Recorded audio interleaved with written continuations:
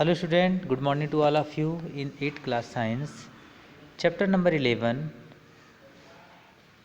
force and pressure. Okay students, in this chapter we have discussed about force and pressure and their various type of example. And we discussed heading, can force move the motion, the direction of the motion, the direction of the object. Okay, इसके बारे में हमने पढ़ा था, जिसमें हमने study किया था एक्टिविटी 11.4, जिसमें कुछ एग्जाम्पल्स थे. Now we discuss next example with related to activity 11.4. Okay, now we start to read activity 11.4. Take a ball and place it on a level surface. हम एक बॉल लेते हैं और एक सरफेस पे रख देते हैं. एज डिड इन एक्टिविटी 11.3, जैसा कि एक्टिविटी 11.3 में हमने किया था. Make the ball move by giving it A push, और उसको हल्के से पुश से हम लोग बॉल को मूव करने की कोशिश करते हैं. ओके, जैसा कि एक्टिविटी 11.8 के नीचे जैसा कि आप ये देख सकते हैं. ओके, कि एक बॉल है, एक बॉल इस प्लेस पे थी जिसको हमने प्लम से हाथ से स्टक करके पुश करके इसको मूवेबल करने की कोशिश कर रहे हैं. Okay, now next, now place a rubber, now place a roller in its path as shown in figure. अब 8.b के फिगर में 8.b में देख रहे हैं. अब ये इस बॉल की डायरेक्शन में, जो बॉल मूव कर रही डायरेक्शन में, आगे हम लोग एक रूलर रख देते हैं. ठीक है ना, ये क्या रख देते हैं, रूलर. ठीक, अब क्या होता है, रूलर से जब स्टक करेगा तो उसकी डायरेक्शन क्या हो जाएगी, चेंज हो जाएगी. ठीक है ना, कैसे चेंज होगी इसकी डायरेक्शन, हम लोग आगे देखते हैं. आगे था आपका फिगर 11.8 का बी. इन डूइंग सो, अब क्या कुछ इसमें होता है, you will apply a force on the moving ball, you would apply a force on the moving ball. अब आप चलती हुई बॉल पे एक फोर्स अप्लाई कर रहे हैं.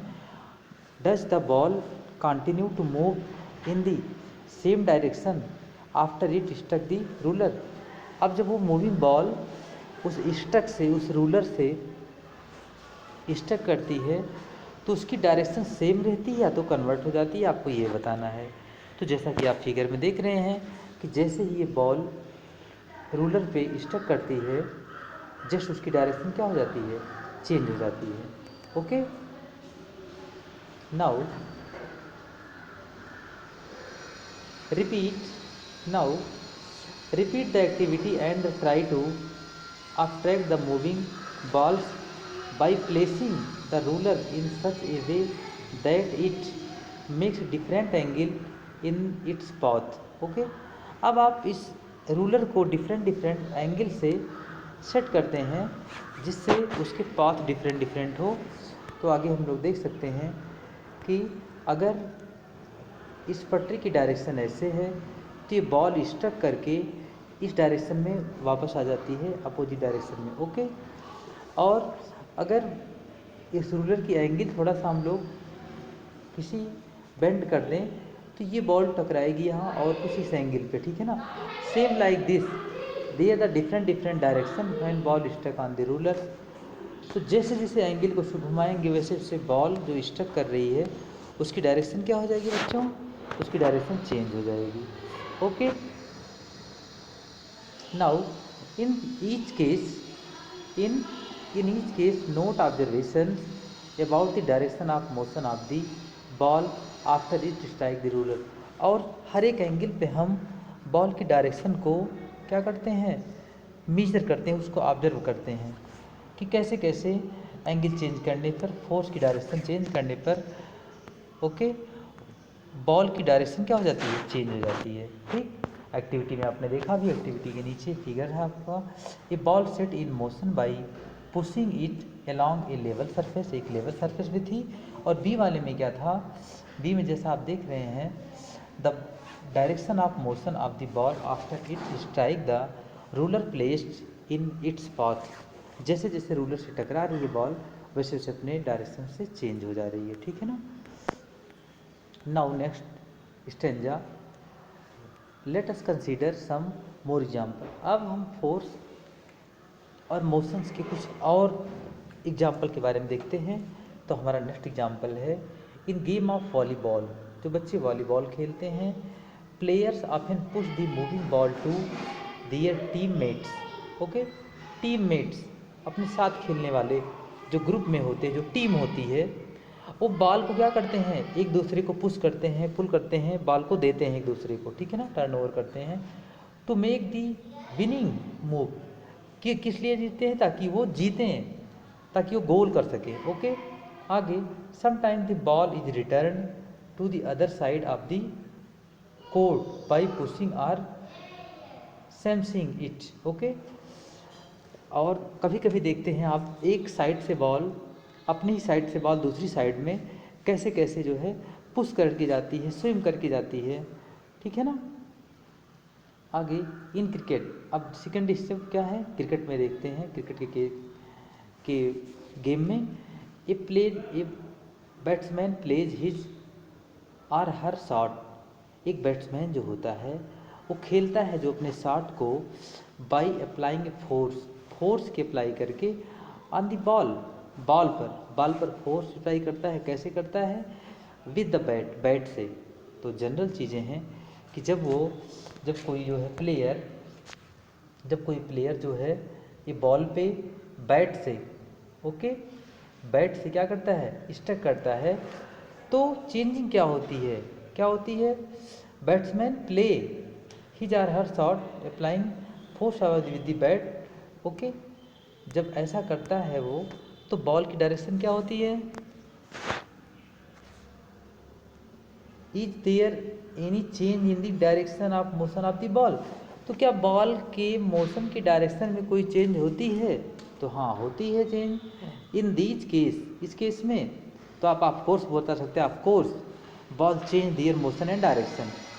इन all these examples the speed and the direction of the moving ball change. इन दोनों कंडीशन में जब फोर्स अप्लाई होता है तो बॉल की डायरेक्शन, मूविंग डायरेक्शन और स्पीड दोनों क्या हो जाती है, चेंज हो जाती है, due to the application of the force. ऐसा क्यों होता है, क्योंकि फोर्स अप्लाई हो रहा है तो डायरेक्शन और मोशन, उसकी स्पीड क्या हो जाएगी, चेंज हो जाएगी। Can you give a few more examples of this kind. आप क्या और भी कुछ एग्जाम्पल बता सकते हैं कि जब हम फोर्स को अप्लाई करें और ऑब्जेक्ट की स्पीड या मोशन क्या हो सके, चेंज हो सके।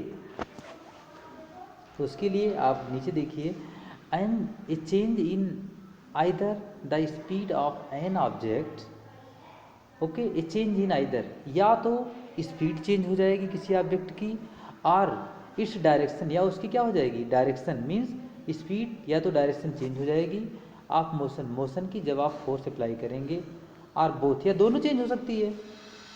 It describe as a change in its state of motion. इसको हम क्या कह सकते हैं, change in states of motion, कि मोशन की स्टेट में क्या हो जाती है, चेंजिंग हो जाती है। दस ए फोर्स में bring a change in the state of motion of an object. तो आपका कंक्लूजन क्या निकला कि फोर्स अप्लाई करने से किसी ऑब्जेक्ट की जो मोशन है या स्टेट ऑफ मोशन है वो क्या हो जाती है, चेंज हो जाती है। ओके स्टूडेंट, तो ये स्टेंजा, इसमें पूरा कंक्लूजन है आपकी एक्टिविटी 11.3 और 11.4 का। Okay student, now we discuss some important term. State of motion, motion की स्टेट क्या होती है, the state of motion of an object is described by its speed and the direction of motion. किसी भी object की state जो होती है उसकी स्पीड और डायरेक्शन ऑफ मोशन पे डिपेंड करती है। The state of rest consider to be the state of zero. अगर कोई ऑब्जेक्ट रेस्ट में है तो कंसिडरिंग स्पीड उसकी क्या हो जाएगी, जीरो, या ऐसा कह सकते हैं उसका कौन सा स्टेट है, जीरो स्टेट में है, और स्पीड कैसी है, जीरो है। An object may be at rest or in motion. अगर कोई ऑब्जेक्ट रेस्ट में है या मोशन में है, both are its state of motion, वो दोनों ही उसकी क्या कहलाती है, स्टेट ऑफ मोशन। अगर रेस्ट में है तो रेस्ट स्टेट ऑफ मोशन है, अगर मूवेबल है तो स्पीड ऑफ मोशन है। Okay students, now next point, does it means that if the application of a force would always result in a change in the state of motion of the object? Does the means that the application of the force, क्या जो है जो force का application है would always हमेशा result in the change in state of motion of the object, क्या हमेशा motion object की स्पीड की स्टेट को ही चेंज करता है, मोशन को चेंज करने के लिए ही है? लेट अस फाइंड आउट, चलो इसको देखते हैं हम लोग कि कैसे ये होता है। Now it is common experience that many time applications of force does not result in A change in the state of motion. ऐसा जरूरी नहीं है कि जब आप फोर्स अप्लाई कर रहे हो तो किसी मूवेबल सब्सटेंस की स्टेट क्या हो जाए, चेंज होती है। फॉर एग्जांपल, जैसा कि एग्जांपल आप देख सकते हैं, बहुत ध्यान से एग्जांपल देखिएगा, इंपॉर्टेंट एग्जांपल है। एग्जांपल में क्या आपने क्या देखा, a heavy box may not move at all even if we apply the maximum force that you can exert. एक बहुत बड़ा बॉक्स है, कोई बहुत बड़ा क्या है, बहुत बड़ा बॉक्स है, ठीक, हेवी बॉक्स है, ठीक है ना, कोई एक हेवी बॉक्स है, वो उस पर हम मैक्सिमम अपना फोर्स, अपना मैक्सिमम क्या है, फोर्स अप्लाई करते हैं, लेकिन ज़रूरी नहीं है कि वो अपने प्लेस से हटे, मूवेबल हो, ओके। जबकि हम अपना मैक्सिमम फोर्स लगा रहे हैं, लेकिन इसका वेट कैसा है, बहुत ही हेवी है, ठीक, बहुत भारी है। Again no effect of force, no effect of force is observed when you try to push दीवार। अब दूसरी कंडीशन क्या है कि एक दीवार है, एक क्या है आपकी, एक वाल है, और वाल पे आप कोई पर्सन है जो तेज़ी से क्या कर रहा है, पुश कर रहा है या तो पुल कर रहा है, ठीक है ना। अब उस पर जो भी फोर्स अप्लाई कर रहा है उसका दीवार पर कोई इफेक्ट नहीं पड़ता है, क्यों, क्योंकि इसका फोर्स ज़्यादा है, एकदम ऑब्जेक्ट की स्पीड 0 है, एक स्थान पे फिक्स है, और आप जो फोर्स अप्लाई कर रहे हो वो फोर्स क्या है, कम है, तो ये मूवेबल नहीं होगा, ओके। नाउ ओके, तो स्टूडेंट्स आप इस स्टेंजा को अच्छे से पढ़ लीजिएगा एंड रिपीट कर लीजिएगा, okay. Today next day we discuss about the topic 11.15 force can change the shape of the object. इसके पहले हमने देखा था force can change the speed and motion of the object, और इसमें हम लोग देखेंगे force can change the shape of an object. क्या फोर्स अप्लाई करने से किसी ऑब्जेक्ट की शेप और साइज चेंज हो सकती है? अगर हाँ तो कैसे, अगर नहीं तो कैसे, ठीक है ना। इसके कुछ एग्जाम्पल हम लोग नेक्स्ट डे डिस्कस करेंगे। Okay students, have a nice day, thanks.